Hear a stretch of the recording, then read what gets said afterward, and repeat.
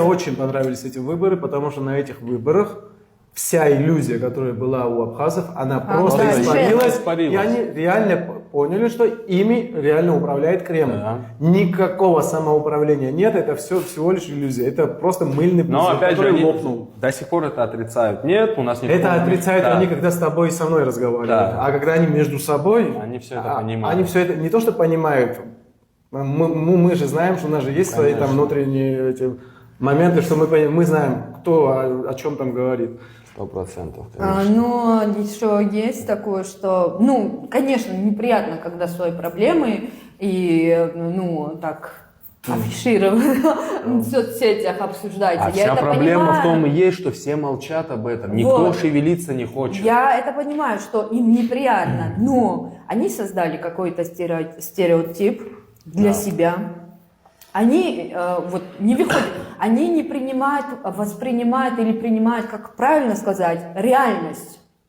Создать стереотип и жить с этим это другое. А когда это продолжается несколько лет, и ты не видишь реальность и реальные проблемы, я думаю, что это еще есть мимо всего этого катастрофы, то, что там происходит. Это еще психологическая серьезная проблема. Ну, конечно, когда ты 32 года живешь по одному направлению, и ты считаешь его от и до правильным, и вот прям перед фактом ты стоишь, видишь, что это ты 32 года Не можешь неправильно принять, понимал. да. Уже это сложно въелось, принять тот конечно. момент, что я 32 года был неправ. Понимаешь? Да. Это, ну, я под словом неправ, я просто максимально Это просто внутри уменьшительно въелось. ласкательно говорю. Это внутри, Понимаете? естественно, въелось, ты уже Им легче, им комфортнее остаться в этом сюрреализме и вот кричать на весь рот, что они правы были все эти 32 года, но как только они сами собой остаются, они понимают, что это все просто фальшь Да. и ничего более. Ну, я думаю, до этого они тоже не доходят, большинство населения, я так думаю, потому что это, знаешь, как это, я так называю, да, когда кто-то что-то вот глубоко так верит, советский гипноз.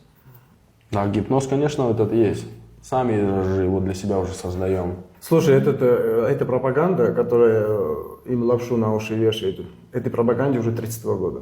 Это не маленький срок. Я думаю, больше. Это поколение. Да, это поколение уже.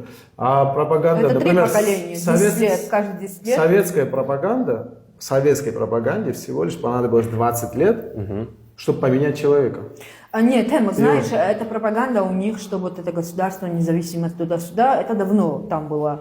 Но вот сейчас вроде после войны они ошутили эту свободу и независимость, хотя я не понимаю, в чем их независимость и свобода.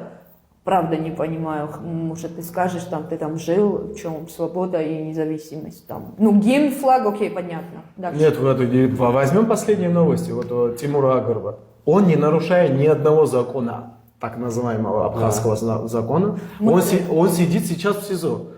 Понимаете?